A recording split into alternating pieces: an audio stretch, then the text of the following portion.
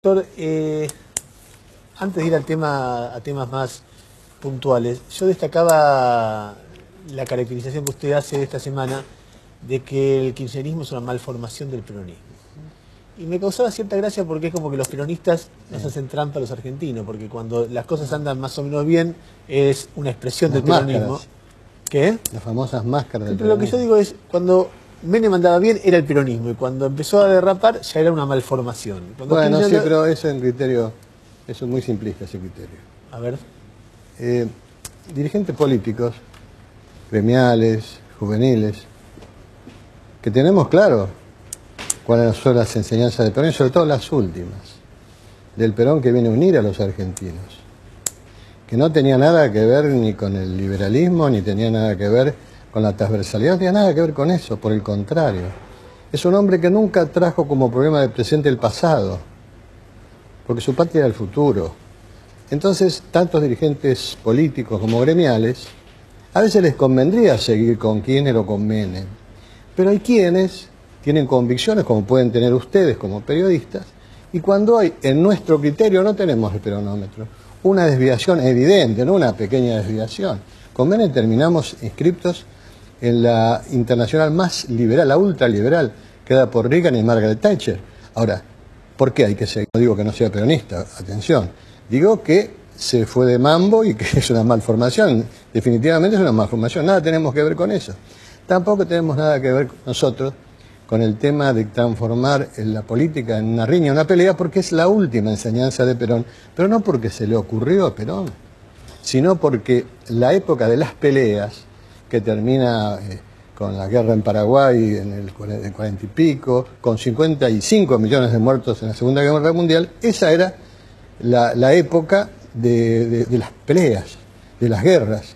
Y ahí empezó después un fenómeno extraordinario, en 57 aproximadamente, donde se cambia inclusive el lenguaje bélico por un lenguaje de encuentro, de diálogo, de integración. Eso es lo nuevo en el mundo. Entonces, cuando vienen con lo viejo, cuando no advierten nada de futuro, y nos damos cuenta que nada tiene que ver, por lo menos, con la actualización del ideario peronista. Ahora, cuando la mayoría de los intendentes de un partido, la mayoría de los gobernadores, la mayoría de los legisladores, están detrás de un proyecto político que se reivindica peronista, y ellos se reivindican peronistas, finalmente el peronismo es lo que hacen los peronistas. Sí, y en estos años el peronismo es Kirchner. Pero usted tiene razón en eso, no voy a discutir eso. Pero que no tenemos derecho, lo que no estamos de acuerdo con esa forma de interpretar al peronismo, a decirlo. Y la mayoría, yo digo el 90% de los que aparentemente están de acuerdo, no están de acuerdo. Por primera vez el peronismo tiene una conducción que se maneja todo por el dinero y por las necesidades que pueden tener gobernadores e intendentes. Y como no es época que sobren actitudes en los dirigentes, bueno, prefieren privilegiar... ¿No es eso el peronismo? ¿Cómo? ¿No es eso el peronismo? No, el peronismo... Quiero decir, en la década del 90 uno puede decir lo mismo, no están de acuerdo con el liberalismo, pero el dinero es el que manda. Ahora también, ¿no hay una cosa que el peronismo se transformó en eso? Todos los partidos tienen esa misma característica cuando están en el gobierno. Hay un sector que lo sigue y un sector que dice, no, muchachos, esto no es así. Y esos son dirigentes políticos, dirigentes gremiales, que les convendría seguir desde el punto de vista en el caso de los gremiales, de su gremio, de los intereses, porque a todos los persiguen, le buscan problemas. Pero bueno, hay gente de convicciones. Hay gente que no las tiene, o las tiene atenuadas, diría yo. La cancha de River el viernes pasado repleta de sindicalismo y con todo el folclore peronista. ¿No es peronismo? ¿Qué tiene que ver eso? La cancha de River la llenó la UCD pagando entrada. Bueno, pero eso eran de UCD, no eran peronistas. Pero quiero decir, cualquier partido organizado puede llenar la cancha. Yo tuve una experiencia... Aliados con Menem, recordemos el paso. Por supuesto, lo quiero decir yo. Que son análisis que no tienen que ver. La cancha de River la puede llenar cualquier partido político que se proponga y tenga dinero para llenarla. Usted dice que sí. Un yerno mío estaba en el almacén. Y había un señor, esto fue ayer o antes de ayer, que causó la risa de todos los que estaban en el almacén. Porque comentó, me invitaron a ir a la cancha de River. Si bien yo soy hincha de Boca, fui lo mismo. Le dieron 150 pesos. Y cuando llegué, no jugaba River. Estaba hablando Moyano.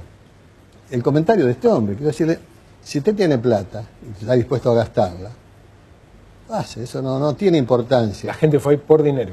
No digo todos, pero una gran mayoría, esto es sabido. Ese viernes había un acto, uno puede discutir si es genuino o no, pero es la conducción oficial de la CGT. Sí. El acto de los trabajadores, por lo menos la organización oficial de los trabajadores, el más importante, con motivo del 17 de octubre. Ese mismo viernes estaba el coloquio de los empresarios, de los grandes empresarios en Mar del Plata, el coloquio de IDEA. Y usted es un hombre que viene de trayectoria sindical. Así es. ¿No era raro para usted estar con los empresarios y no como ya no? No, para nada. Yo la verdad que tengo un problema, no un problema, yo tengo una convicción que la vengo expresando desde el 84, cuando escribí mi primer libro, de la Argentina especulativa a la Argentina productiva. Es muy simple. El núcleo de mi pensamiento es, ¿en cuánto tiempo Argentina puede duplicar la cantidad de empresarios? A los 3 días de asumir, reuní con todos los gremios y dije, escúchenme bien muchachos, voy a repetir 4 veces la misma frase. No hay trabajadores sin empresa, no hay trabajadores sin empresa, no hay trabajadores sin empresa, no hay trabajadores sin empresa. Esto es el ABC. ¿Qué empresa? Cuanto más grande empresa tengamos, va a ser mejor. No hay país grande que no tenga muchas grandes empresas, medianas, pequeñas, micro, viveros empresarios, rodear de prestigio social a todo señor o joven que quiera iniciar una actividad vinculada con la empresa, porque no hay países que progresan. Y lo que podemos prometerle nosotros a la gente son balbuceos inconsistentes si nosotros no somos capaces de poner en valor, con un pensamiento estratégico, al país más poderoso de Sudamérica que somos nosotros. Somos tan poderosos que tenemos los políticos argentinos, en su gran mayoría, tienen una telaraña rentística propia de algunos países petroleros que, como tienen mucha riqueza, no se ponen a explotar, en nuestro caso la diversidad. Es una vergüenza. El NOA y el NEA son ricos. Yo siempre pongo el ejemplo de San Luis. San Luis son todos guadales, no tienen ninguna riqueza, pero ha encontrado una dirigencia que ha sabido explotar otras cosas porque precisamente no tiene las riquezas naturales que nosotros tenemos. Entonces esa es la historia, ese es el centro. Lo demás lo hacen difícil porque, bueno, una cosa que sencillamente es sencilla para mí, hay que crear más empresas, y tienen que entender a los dirigentes gremiales, básicamente. Y cuando los dirigentes gremiales, a los que yo en su conjunto les llamo comunidad productiva, que es la que convoqué a los 4 días de asumir la presidencia, eso tiene que trabajar en conjunto. Por supuesto que tienen que ganar más los trabajadores en la medida que la empresa prospere, pero tienen que cuidar a las empresas. ¿Está de acuerdo con el proyecto de Ricalde para que los trabajadores participen hasta un 10% de las ganancias de las empresas? Está en la Constitución del 57 y por alguna razón nunca nadie lo puso en marcha. Lo que pasa es que en el 57 no teníamos ni idea de ser partícipes de un proceso de integración en la cual tenemos que tener las mismas leyes, ¿no?, para crear empresas. Yo no conozco la ley, me dice que hay un fondo que va a manejar la CGT, porque no se conoce el texto, yo no lo conozco el texto de la ley. Habrá que verlo, pero le digo que el argumento es esotérico, que con esto se van a conseguir que vengan mayores cantidades de empresarios. Como argumento es esotérico. No, ese es el argumento. Y el peronismo tiene otra forma de beneficiar al trabajador, que es la famosa renta laboral a la que Perón le llamaba 50-50, la mitad para los trabajadores, la mitad para los empresarios. O sea, no está de acuerdo con el proyecto. Le quiero contar. Conceptualmente. No, conceptualmente, ¿sabe que lo que estoy de acuerdo? Que si hay un ejemplo en el mundo después de Lech Walesa, de gremialista, se llama Lula. Entonces, parafraseando a Clinton, en su famosa frase, le digo, es Lula, estúpidos. Es Lula, estúpidos. Porque en realidad, si queremos tener un ejemplo, lo tenemos al lado de lo que es un dirigente gremial de centro-izquierda, que no se pelea con nadie, que genera cada vez más empresas, que tiene un BNDES que usted sabe lo que es. Es pelea, eso. Se pelea también. Se pelea, pero no, se pelea más. Fronta. Mire, no, lo que pasa es que él ha tenido, sobre todo con San Pablo, una constante, no pelea, pero una crítica que realmente era apabullante. Yo leía los diarios de San Pablo, estuve mucho en Brasil. Tremendo. Pero ¿qué dice Lula? Página 12 le hace un reportaje que es para ponerlo en una vitrina. El fin de semana pasado o el otro. Hace 2 semanas, Martín Granado. Impresionante. Es impresionante lo que dice Lula de estos temas. ¿Qué aprendió, señor presidente, en estos últimos 8? ¿Qué es lo que más aprendió? Ser tolerante. Cuando habla de la prensa, lo que dice. Cuando habla de los empresarios, lo que dice. Déjeme volver con es el modelo que estos señores, amigos, gremialistas, tienen que seguir. Lula, no otro. Ya que pasamos por Brasil, permítame una disyuntiva. ¿Dilma o Serra? No, gana Dilma por 10 puntos. ¿Usted quién prefiere? Apuesto, 10 puntos. Dilma. Y déjame otra disyuntiva y vuelvo al tema. ¿Por qué Dilma? Y porque me gusta, a mí no me gusta, me gusta mucho más la línea del PT que la línea de Cardoso, que lo que sería un amigo mío, pero me gusta más la línea del PT. Déjeme otra disyuntiva volviendo al tema sindical. ¿Moyano o Barrio Nuevo? Barrio Nuevo, por supuesto. ¿Por qué? ¿Sabe por qué? Porque son gente que no se arrodilla ante el poder, que le estaría mucho más cómodo, porque Barrio Nuevo fue uno de los principales que apoyó a Kirchner para que sea presidente. Pero pasa lo que yo le conté antes. Llega un momento que cuando en su criterio, que es coincidente con el mío, se desvían de lo que entendemos nosotros, sin tener el peronómetro, que es el centro de la idea del justicialismo, no tenemos nada que ver ni con el ultraliberalismo, ni con el liberalismo, ni tenemos nada que ver tampoco con esta idea de la transversalidad que ha fracasado absoluta y rotundamente. ¿El problema de Kirchner es que no es peronista por la transversalidad? No, porque mire, un peronista no veta el 82%. No lo veta, porque son mentiras que no se puede pagar. Y lo van a terminar pagando, pero lo quieren pagar cuando ellos lo decidan. Lo mismo pasó con el famoso la asignación por asignación universal. Le comento algo que me llamó mucho la atención. Chiche Dualde, su mujer, declaró hace no mucho, en uno de estos días donde el tema de la seguridad estaba muy a flor de piel, que, bueno, si hace falta hay que dejar de construir rutas para construir más cárceles. Personalmente me llamó la atención, pero dije, bueno, una vez, tal vez se equivocó, tal vez se arrepienta. Pero después lo escuché a usted decir exactamente lo mismo. Escúcheme, va el CES, que no es de derecha ni es liberal. ¿No? ¿Quién? El CES. El CELS. El CELS. Sí. Dice que las cárceles están superpobladas. Sí. ¿Qué hace cualquier país? Pero esto no necesita un análisis profundo, simple. ¿Qué hace un país en relación del sistema carcelario, que es parte del sistema represivo imprescindible de los estados? Tener cantidad de cárceles de acuerdo. Pero a costa de construcción de...